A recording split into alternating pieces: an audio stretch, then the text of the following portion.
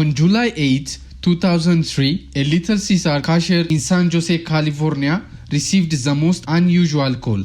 A little girl with a shaky voice holding back her tears as she spilled every little of her address one by one. Little did they know she had been kidnapped and her abductor was forcing her to call them. After multiple days of captivity, this had been her only contact with the outside world. He went downstairs, came back upstairs with a pizza, and was standing with a pizza box and was staring at me. And he handed me a flyer. On the flyer was a picture of me and it said, "Missing." He turned to me. He was like, "I have to get rid of you tonight." Kidnapped, assaulted, and held in bonds. 9 years old Jeanette Tamayo was long gone when the police finally arrived at the scene. A young girl was abducted from her home after school. The police later got their hand on some footage from a nearby security camera. But it was quickly deemed useless due to the low quality of recording. Police have no leads in the disappearance of 9-year-old Jeanette Tamayo. After days without any development in her case and no statewide Amber Alert issued, Jeanette knew she had to take matter into her own hands. My fear turned into courage, and I told myself, I am a fighter, I'm gonna make it. In the thriving city of San Jose, California, in the heart of Silicon Valley, 9-year-old Jeanette Tamayo just got off her school bus and was heading home. Once there, she noticed that the screen door was slightly open. She thought that maybe her mother came back from work early and didn't think much of it. Once inside, she went to her room and realized that something was wrong. Her bedroom window had been smashed and there was broken glass everywhere. She immediately took a step back and ran toward the phone call to call her mom. But her dismay, the cable had been cut off. Before she had time to understand what was happening, she heard someone knocking at the door. Jeanette turned around and saw a stranger behind the screen. Scared and confused, she reluctantly opened it, and when he asked me questions, he was kind of peeking inside, trying to see who was in there. And that started making me feel really uncomfortable. I started slowly closing and sliding the door. I got scared because I felt a really bad vibe from him. And he put his hand in the way. He slid it open, grabbed me and took me to my brother's room. He threw me on the bed and took off my pants. We won't cover the assault as it is extremely graphic. After he was done, her attacker handcuffed her and tied her legs together. He then carried her to his car parked in the garage. There, the man tried to open the door, but couldn't lift it more than a few inches before he saw another vehicle stopping right in front of the garage. From the back seat, Jeanette recognized her mother's car. My brother crawled under the garage. When it opened a few inches, the first thing I told him was to run. But her attacker was already at it. He got out of the car and started walking to him. At only 50, Paul knew he wouldn't stand a chance, but he chose to fight him anyway. He grabbed the driver from the counter and ran at him. The man then immediately disarmed him and started pushing him in the face over and over. Restrained by the handcuff and the rope around her leg, Jeanette couldn't do anything except watch in horror as the man dragged her brother inside the house. As soon as they entered, they came face to face with Rosalia, Jeanette's mother. She attempted to fight the man and successfully separated him from her son. Then Paul rushed toward the kitchen cabinet and pulled out a pan from it. He tried to help his mom, but once again, the man disarmed him before he couldn't do anything and turned the improvised weapon against Rosalia, striking her repeatedly until she fell to the ground. I remember hearing my mom screaming and it went quiet. I couldn't hear much after that, and I see the man rush back into the garage, and when I seen blood on his face, I was like, "Did you kill them?" And he just started laughing and I just started crying. I was like, I didn't know like if they were there anymore, if he had killed them, and I was just thinking of the blood on his face, that they were gone.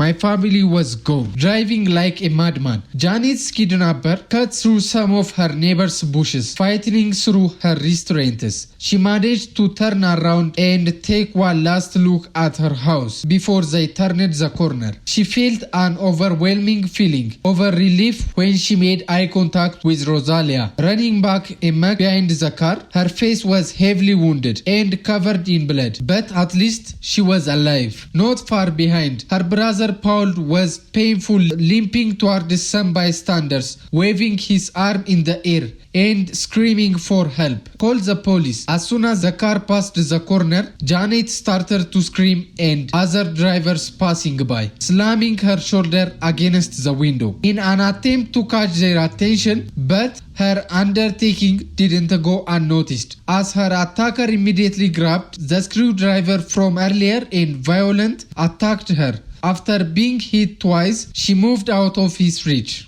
I just remember sliding down, laying there and looking up at the car and just thinking of myself, I'm gonna make it, I'm gonna die. But the house after the police arrived, Rosalia was refusing to get into the ambulance. She was trying to explain everything that happened to the detective and the other officers. But her condition kept getting worse by the minute, and her panicked state didn't do much to help. So after they screwed Paul, they had to force her onto stretcher against her will. They were both sent to the nearest hospital. To a mother, what happened to you? You thinking of your kids, but I can do anything. I do not protect my kid. With their only witnesses gone, the police had barely any information to work with. From the get-go, they knew that Janet had been kidnapped and that someone broke into the house, cut the phone cords, and attacked them before leaving with her. But other than that, all they had was the crime scene. One of the first things that I did not notice in the garage was a lot of blood. I knew at that point this was a very violent crime. You start thinking, are you gonna bring her home alive? Heather Randall, the detective assigned to the case, initially thought that maybe some of the blood around the kitchen and the garage belonged to Janet. As her forensic team were grabbing samples and examining the scene, she also called in handler and bloodhounds to get the search started as soon as possible. But sadly, this didn't lead them very far, since neither Janet nor her attacker were injured during the initial attack. As this was happening, she also noticed a security camera in the driveway of one of her neighbors. By reviewing the footage it captured in the last hour, they were able to establish a rough timeline of events. 30 minutes before Janet's arrival, her attacker smashed her room window and burglarized the house. He then went back to his car and waited for Janet to arrive. Afterward, he followed her and knocked at the door. He then assaulted her in the bedroom for almost 30 minutes, at which point they headed the garage. Meanwhile, Paul and Rosalia made it to the house. In the last bit of recording, we can clearly hear Rosalia and Paul screaming for her. Call the police, call the police. But Randall was mainly interested in one particular moment. Here, where the attacker's car was right in front of the camera. In California, it is mandatory to have either a name, a license plate number, or phone number tied to perpetrator to issue a statewide Amber Alert. It is heartbreaking. You have the evidence right there. It's so close, and yet you need just a little bit clear video. So, before she was able to fall back on Paul and Rosalia, she alerted the media, hoping that even without an Amber Alert, maybe the population would mobilize themselves anyway and spread the word about her disappearance. Together with her department, they got service helicopter in the air with loudspeakers calling out her name and give press conference. After press conference, Janet to make sure Janet's name was on everyone's mind in San Jose. It puts 1,000 more set of eyes out on the street, and we knew it was extremely important to put the information out to the public and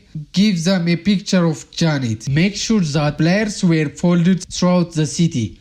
Along the way, Jeanette kept mental notes of every turn they made, hoping she would be able to find her way home if she ever escaped. After a short ride, the car suddenly stopped. The man drove into the garage of a large white house. He opened the door, picked her up, and carried her inside. There he went up the stairs to the second floor and opened a locked door. Behind it was a very small room with a TV, a little window, a bed and a bathroom. He threw her on the ground and approached her with a menacing look. After each assault, he would clench her wrist to the shower head using a pair of handcuffs, run the water and leave her there for a while. Like I started to break down and cry. My only safe place was the shower, because every time he left me in the shower was when he didn't touch me. He wouldn't hurt me or he wouldn't rape me. The next morning, the aftermath of the kidnapping took its toll, while the rest of the Tamayo family gathered around Rosalia in San Jose. The police asked some of the family members to take part in the public address. In the morning, he was watching the news again. My cousin was talking to me through the news. She was saying, "Janet,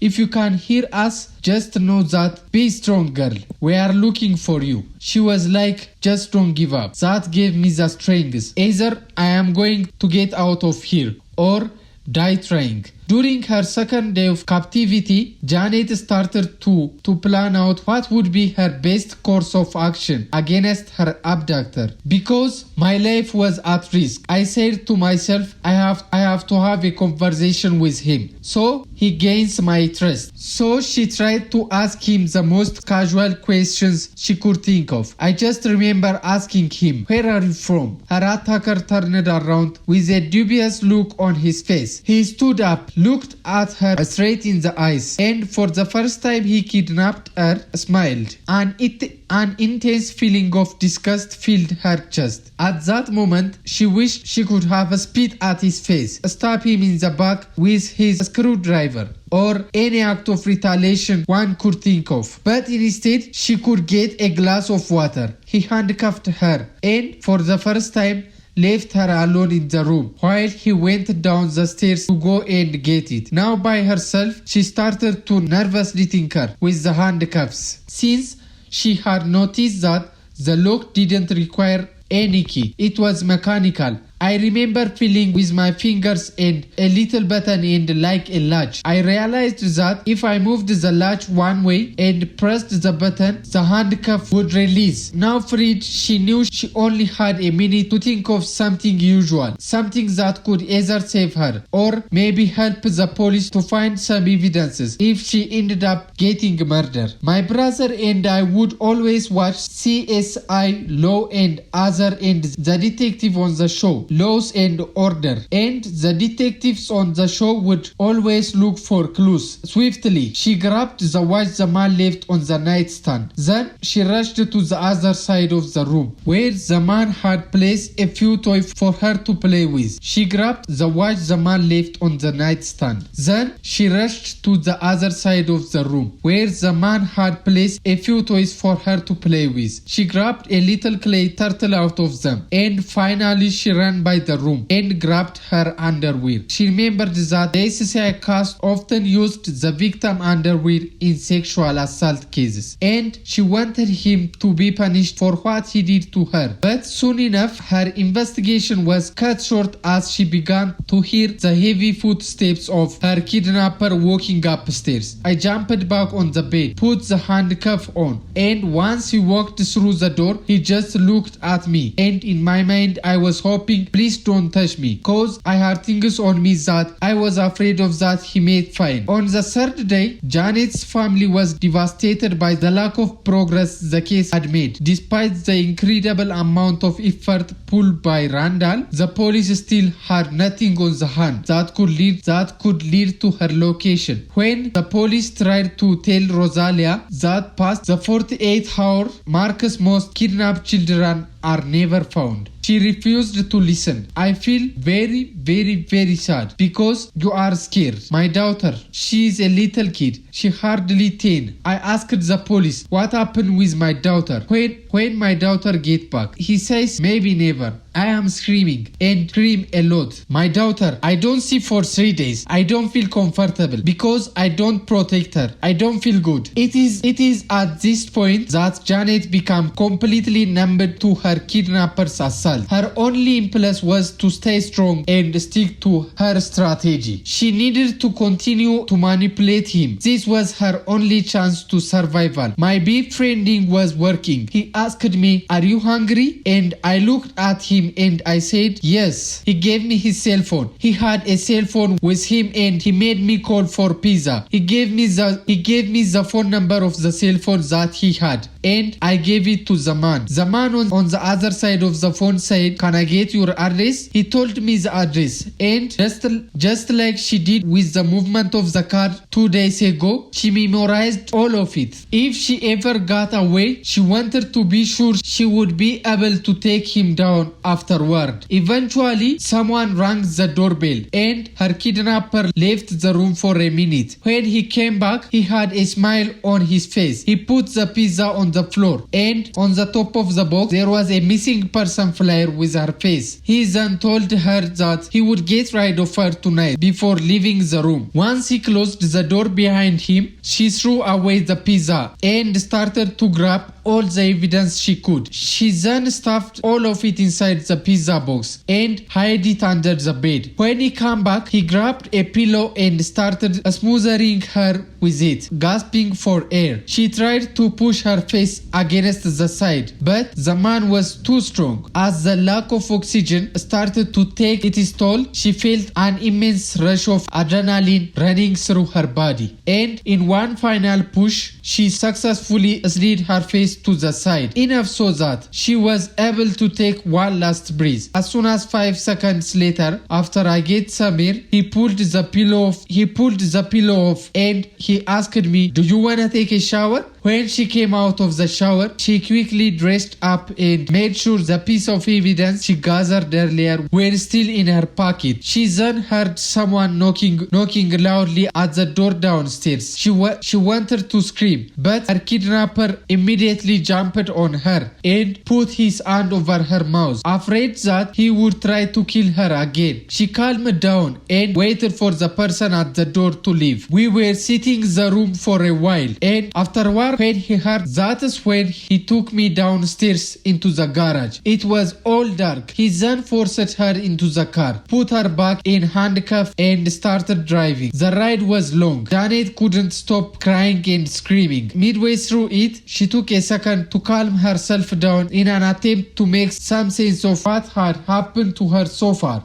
I remember just crying to myself and just saying I did the best I could. I was just preparing myself for my own days. But even then, she hadn't fully given up yet. Along the way, she once again did her best to remember every turn they took. But they rode for over 30 minutes, making it far more difficult than the first time. After a while, the car approached the new lit parking lot of a liquor store, not far from the highway. The car has stopped, and as soon as he stopped the car, he grabbed me by my hair and I look around and I was like, "Where are we?" And he was like, "I am letting you go." When he grabbed me by the back of my head by my hair, he pulled me toward him. He was like, "If you ever tell anybody what I did or who I am or anything about me, I will come back for you and I will kill your family and I will kill you too." As her kidnapper left, she ran towards the liquor store. She couldn't believe she succeeded. She somehow gained his trust. Those thoughts and emotion folded her mind, and before knew it, she was face to face with the cashier. I was just all kind of emotion in one, and I remember the gentleman that was behind the counter looking at me and asking me, "Are you okay?" And he said, "You are the little girl from the TV." The man behind the counter didn't hesitate. He handed her the phone, and when he realized she was distraught, picked it up and called 911 himself. himself. She said, "Let me use the phone." I said, "Okay, here is the phone." When he started dialing the phone, she was panicking and scared. She don't know how to dial the number. Once the San Jose police got word that Janet had been located in East Palo Alto, they immediately reached her. Detective Randall was overjoyed to finally see the little girl with her own eyes. But in the back of her mind, she knew they needed to act quickly if they ever wanted to get their hands on the culprit. I walked up to her and I said, you know, "Hello Janet, my name is Heather and I am here to help you." And before I really said anything else, she let me know that she had some evidences in her pocket. She proceeded to pull the toys, her underwear, the kidnapper's watch and other items out of her pocket. Shocked to see how clever the little girl was, Randall asked her if she had anything else that could help them catch him. Janet asked for a sheet of paper and drew the house, bit of the address, his exact phone number, and every other piece of information she could remember for her time with the kidnapper. Noticing how knowledgeable she was, Randall asked her a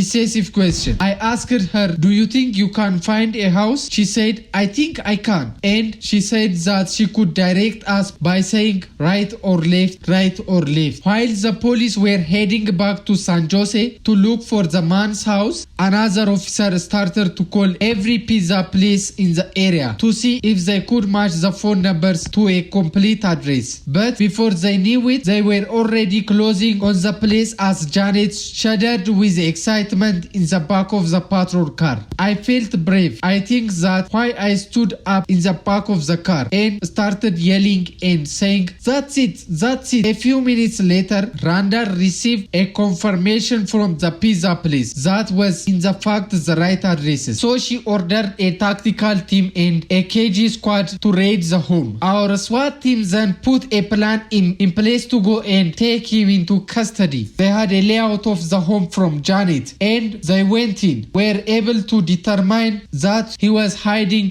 up in the attic. The suspect, David Montel Cruz, attempted to evade arrest and threatened the officer inside the house, so they unleashed the dogs at him. He suffered multiple injuries on his arm and was escorted outside of the house. Inside, Heather also found the evidence-filled pizza box under the bed. Police say they know little about the background of the suspect. He was arrested at this house early yesterday morning. The district attorney's office filed 9 felony charges against Alvarez, including burglary, sexual assault, rape, forcible lewd act, and a special circumstance. After the arrest, Rosaria was called, but emergency service needed to get Janet into the ER. After all, she had been stabbed and the wound had yet to be treated. So Rosalia and Paul followed them and finally got reunited with her when she was stabilized. I remember them taking me to the hospital, running tests on me. I remember opening the door and seeing my mom, and her face was so bad, like she didn't even look like my mom. I think she touched my mom's face. She said, "You are hurt." She was so brave. She didn't care about herself. She was worried about us. "You are everything to me." She and Paul were very happy because I am with my daughter. For a symbol, it will feel like she born a second time for me. The following years have not passed easily for Janet. For a time, she dealt with her personal pain on her own. She would never leave the house, stuck in the clutches of a paralyzing fear of men and the outside world. But when she was 50 years old, after 6 years of therapy, something clicked. She finally decided to face her fear and do something about it. 12 years later, TV producers reunited her with Heather Randall, the detective who, with a little help from one clever 9-year-old, put an end to the rampage of David Montel Cruz and put him behind bars for life. Janet says, "It is good to see you. I know I never really got a chance to come back and tell you guys thank you for everything that you did. I really appreciate it. What happened was you were amazing, you were brave, you were strong. Definitely you are smart, and that's why you are here today. Even if her trauma hindered her childhood, she wouldn't let it take over her life as soon as adult. Today, she decided to follow in Heather's footsteps and studies law enforcement. Her goal is one day to be detective and help her community in the same way Heather helped her. And on the top of that, she also wants to become a voice for the missing, every victim of violence. Everybody has a story, and no matter what obstacles, we are all fighters, and we all have the ability to keep going. I turned my fear into the courage. I got my family back. If you found today's video interesting, please consider subscribing to our channel. Hit the like button and share our videos. Stay safe until next time.